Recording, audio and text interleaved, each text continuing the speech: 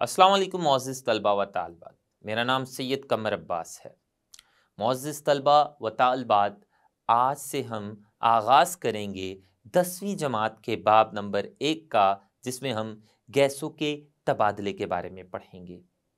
तो गैसों के तबादले के बारे में इल्म हासिल करने के लिए और इस गैसों के तबादले के तारुफ़ के लिए आइए चलते हैं क्लास बोर्ड की जानिब। अस्सलाम वालेकुम मोअज़्ज़िज़ तलबा व तालिबात। मोअज़्ज़िज़ तलबा व तालिबात, आज हम आगाज़ करने वाले हैं 10वीं जमात के बाब नंबर 1 का। और आज बाब नंबर 1, जिसका नाम गैसों का तबादला है, हम इस बाब में गैसों के तबादले का तारुफ़ पढ़ेंगे। आज हम गैसों के तबादले की अहमियत पर भी रोशनी डालेंगे और ये जानने की कोशिश करेंगे कि आखिर गैसों का तबादला कितना ज़रूरी है। तो आइए हम ये जानने के लिए गैसों का तबादला पढ़ना शुरू करते हैं। तो गैसों का तबादला, सबसे पहले हम ये जान लेते हैं कि गैसों के तबादले का मतलब क्या है। गैसों के तबादले का मतलब है जानदार का अपने माहौल से ऑक्सीजन ले लेना और अपने जिस्म से कार्बन डाइऑक्साइड को निकाल देना। इस अमल को गैसों का तबादला कहते हैं। तो गैसों का तबादला क्या है? गैसों के तबादले का मतलब है जानदार का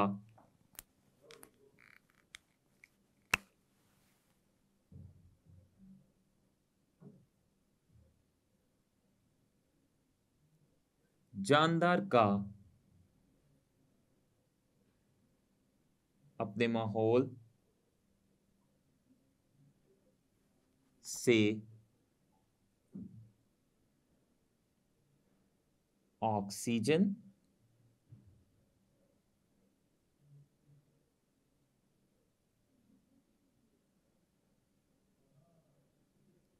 ले लेना और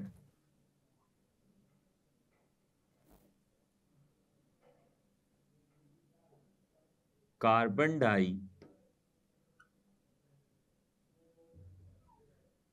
ऑक्साइड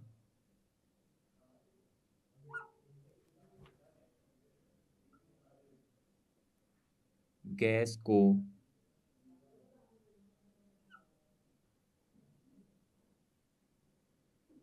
जिस्म से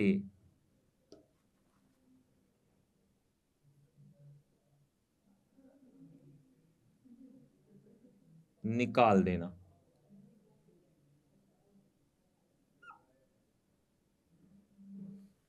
ये अमल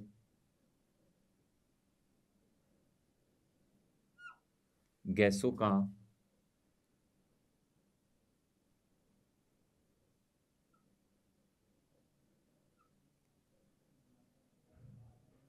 तबादला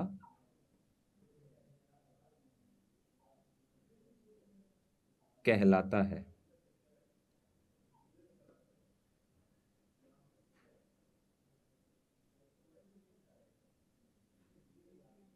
तो गैसों का तबादला क्या होता है, ये हमने जाना। तमाम जानदार अपने माहौल के साथ गैसों का तबादला करते हैं, चाहे जानवर हो, चाहे पौधा हो, चाहे इंसान हो। इन तमाम जानदारों को अपने माहौल के साथ गैसों का तबादला करना पड़ता है। अगर ये अपने माहौल के साथ गैसों का तबादला नहीं करेंगे तो इनका जिंदा रहना मुमकिन नहीं है। तो गैसों का तबादला एक बहुत ही अहम अमल है जो तमाम जानदारों को जिंदा रहने के लिए सरंजाम देना पड़ता है। तो गैसों का तबादला क्या होता है, ये हमने जाना। अब हम गैसों के तबादले की अहमियत पर रोशनी डालते हैं। हम ये जानते हैं कि गैसों का तबादला आखिर जानदार के लिए क्यों इतना अहम है। आखिर क्यों जानदार के लिए ऑक्सीजन को माहौल से लेना और कार्बन डाइऑक्साइड को अपने जिस्म से बाहर माहौल में निकाल देना इतना अहम है। आइए ये जानने की कोशिश करते हैं।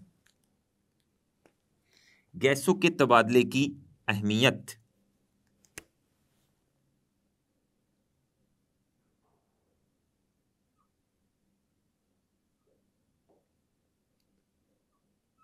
गैसों के तबादले की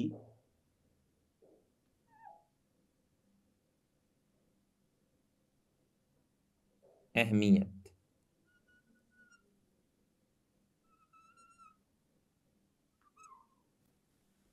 जो गैसों का तबादला है ये बहुत ही अहम है तमाम जानदारों के लिए।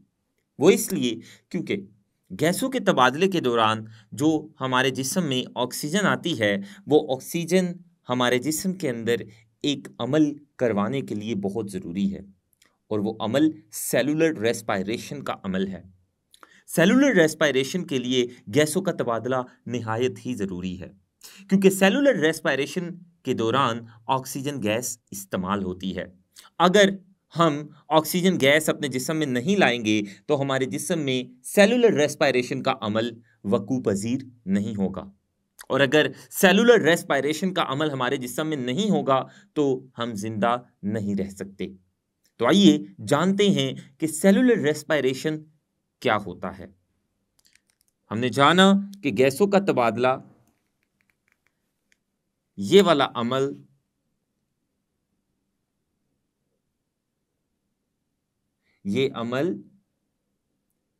सेलुलर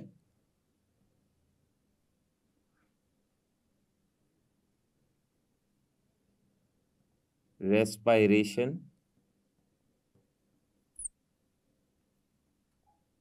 के लिए बहुत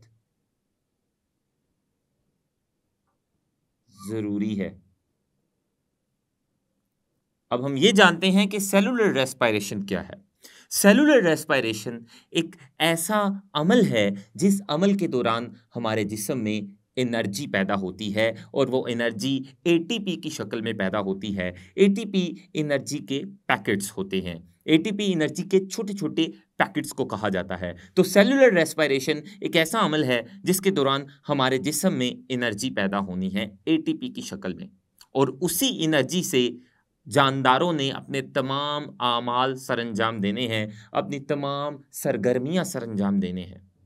तो जानदार अपनी तमाम सरगर्मियों के लिए एटीपी को इस्तेमाल करते हैं।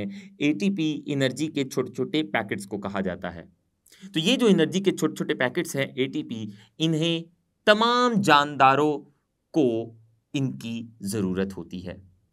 अगर ये हमारे जिस्म में पैदा नहीं होंगे तो हम कोई भी सरगर्मी सरंजाम नहीं दे पाएंगे।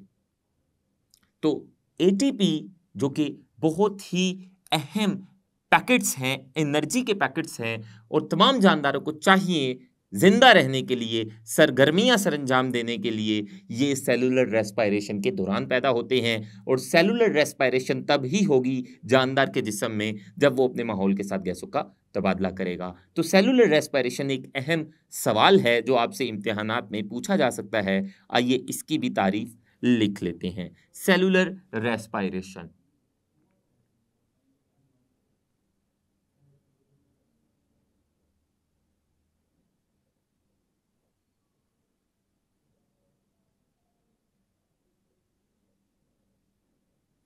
तो सेलुलर रेस्पिरेशन क्या है? ये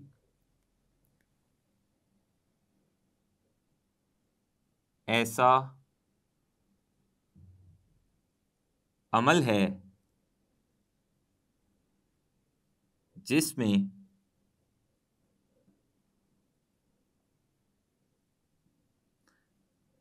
ऑक्सीडेशन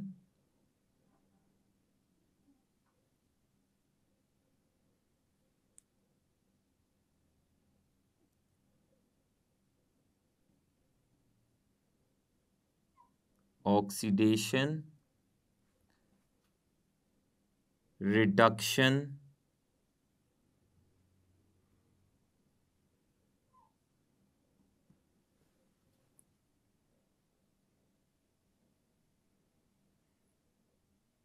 रिएक्शंस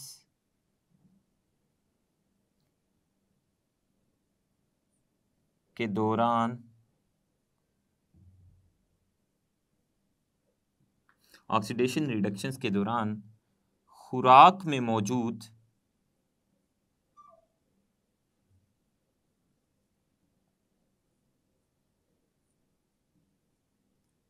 CH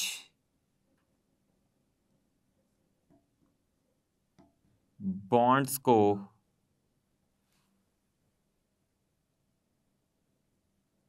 तोड़ा जाता है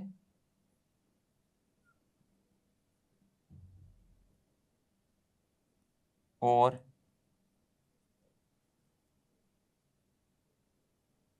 निकलने वाली एनर्जी को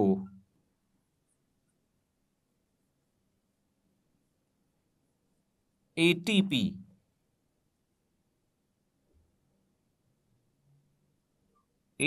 की शक्ल में जखीरा कर लिया जाता है। जखीरा कर लिया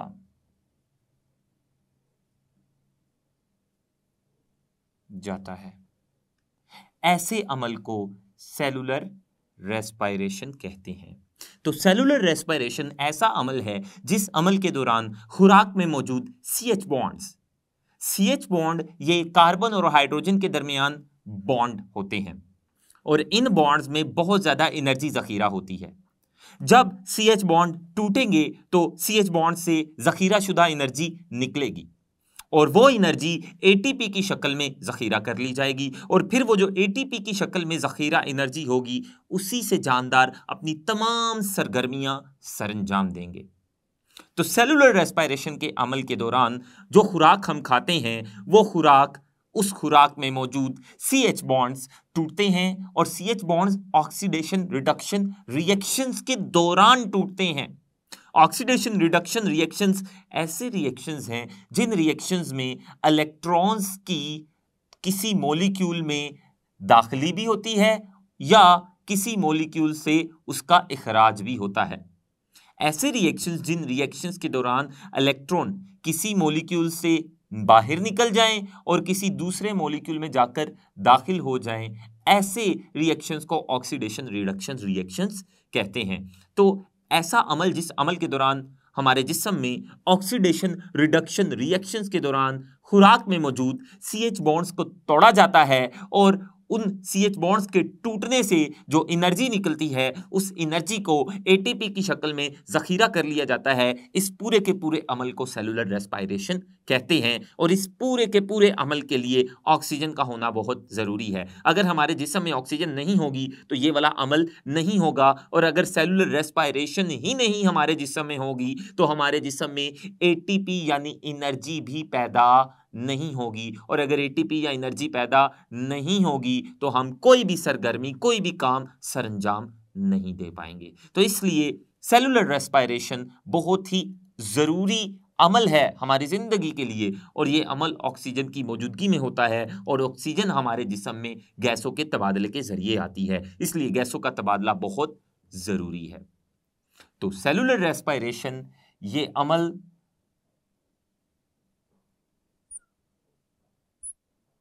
ऑक्सीजन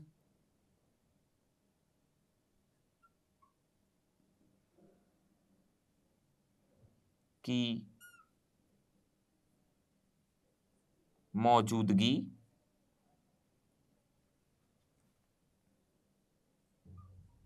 में होता है। इसीलिए इसको एरोबिक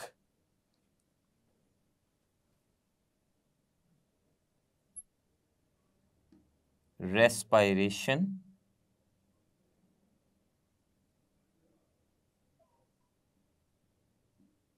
भी कहते हैं।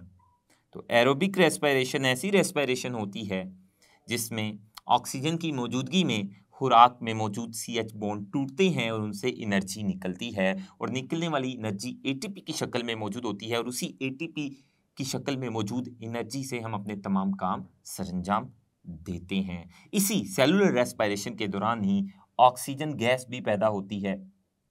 इसी सेलुलर रेस्पिरेशन के दौरान भी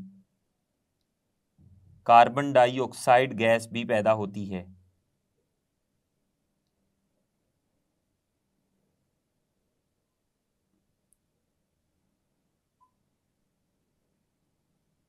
और कार्बन डाइऑक्साइड की अगर हमारे जिस्म में मिकदार ज़्यादा हो जाए इस गैस की, तो ये हमारे जिस्म को नुकसान पहुंचा सकती है। और गैसों के तबादले के दौरान ना सिर्फ ऑक्सीजन को अंदर लाया जाता है, बल्कि इस मुज़रे सेहत कार्बन डाइऑक्साइड को जिस्म से बाहर भी निकाला जाता है। तो मुझे उम्मीद है कि आपने गैसों के तबादले की अहमियत को बड़े अच्छे से समझा होगा। तो मोअज़्ज़िज़ तलबा व तालिबात, अभी तक हमने गैसों के तबादले के बारे में पढ़ा, गैसों के तबादले की अहमियत क्या है उसके बारे में पढ़ा, और सेलुलर रेस्पिरेशन के बारे में पढ़ा। अब हम अमले तनफ्फुस के बारे में या सांस लेना के अमल के बारे में भी पढ़ते हैं। अमले तनफ्फुस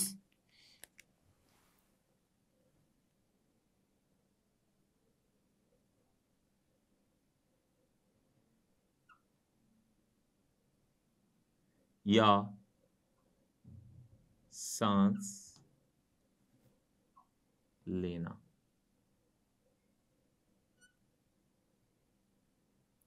ये जो अमल है अमले तनफ्फुस या सांस लेने का अमल, इसका मतलब क्या है? अमले तनफ्फुस की जो इस्तिलाह है वो इस्तेमाल की जाती है ऐसे अमल के लिए जिस अमल के दौरान जानदार हवा को अपने जिस्म में लेकर जाते हैं ताकि उस हवा से ऑक्सीजन ले सके, और जो हवा जिस्म के या फेफड़ों के अंदर होती है उसको बाहर निकालते हैं ताकि कार्बन डाइऑक्साइड को जिस्म से बाहर निकाला जा सके। तो ये अमल अमले तनफ्फुस या सांस लेने का अमल कहलाता है। तो सांस लेने का अमल या अमले तनफ्फुस की जो इस्तिलाह है, ये हम इस अमल के लिए इस्तेमाल करते हैं जिसमें हवा को जानदार जिस्म के अंदर लेकर जाते हैं ताकि उसमें से ऑक्सीजन हासिल कर सकें, और वो वाली हवा जो फेफड़ों के अंदर होती है उस हवा को जिस्म से बाहर निकाल देते हैं ताकि जिस्म से कार्बन डाइऑक्साइड गैस को भी बाहर निकाला जा सके। ये अमल अमले तनफ्फुस कहलाता है। तो आइए इसकी भी हम तारीफ लिख लेते हैं। इस अमल के दौरान जानदार हवा को अपने जिस्म में ले जाते हैं ताकि ऑक्सीजन हासिल कर सकें, ऑक्सीजन हासिल कर सके, और फेफड़ों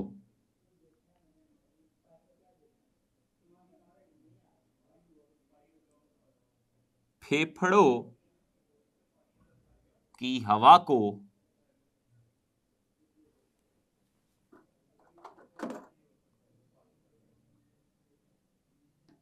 जिस्म से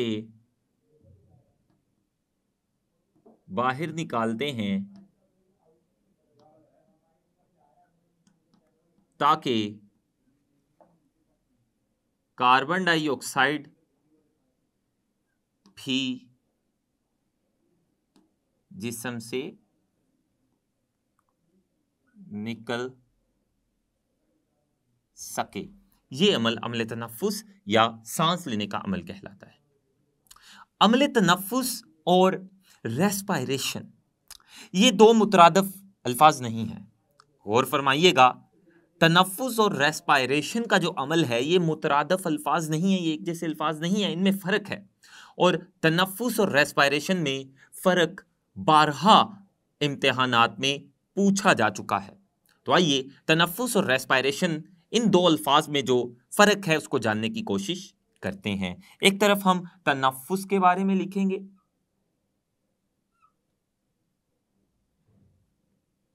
तनफ्फुस, और दूसरी तरफ हम रेस्पिरेशन के बारे में लिखेंगे। तो आइए इन दोनों आमाल में फर्क जानते हैं। तनफ्फुस ये तनफ्फुस का जो अमल है ये एक फिजिकल या मैकेनिकल अमल है, जबकि रेस्पिरेशन ये मैकेनिकल अमल होने के साथ साथ एक बायोकेमिकल अमल भी है। मैंने क्या कहा? तनफ्फुस ये अमल ऐसा अमल है जो कि फिजिकल या मैकेनिकल अमल है, जबकि रेस्पिरेशन में फिजिकल आमाल के साथ साथ या मैकेनिकल आमाल के साथ साथ बायोकेमिकल आमाल भी होते हैं। तो तनफ्फुस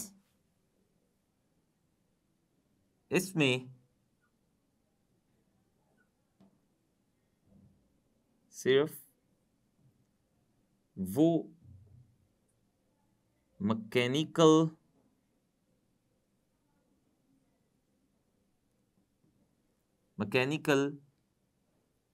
या फिजिकल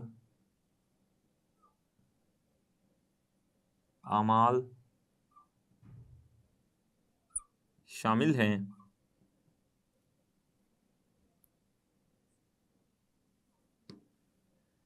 जिसके दौरान हवा को जिस्म के अंदर और बाहर ले जाया जाता है।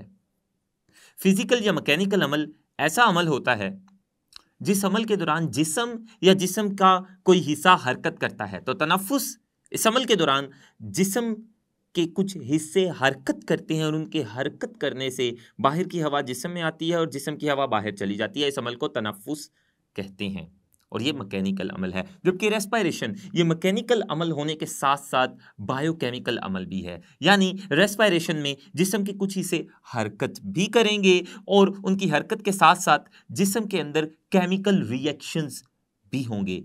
उन दोनों आमाल को इकट्ठा हम रेस्पिरेशन कहते हैं। तो रेस्पिरेशन इसमें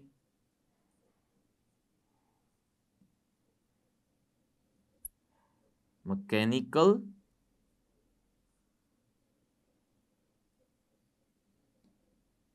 और बायोकेमिकल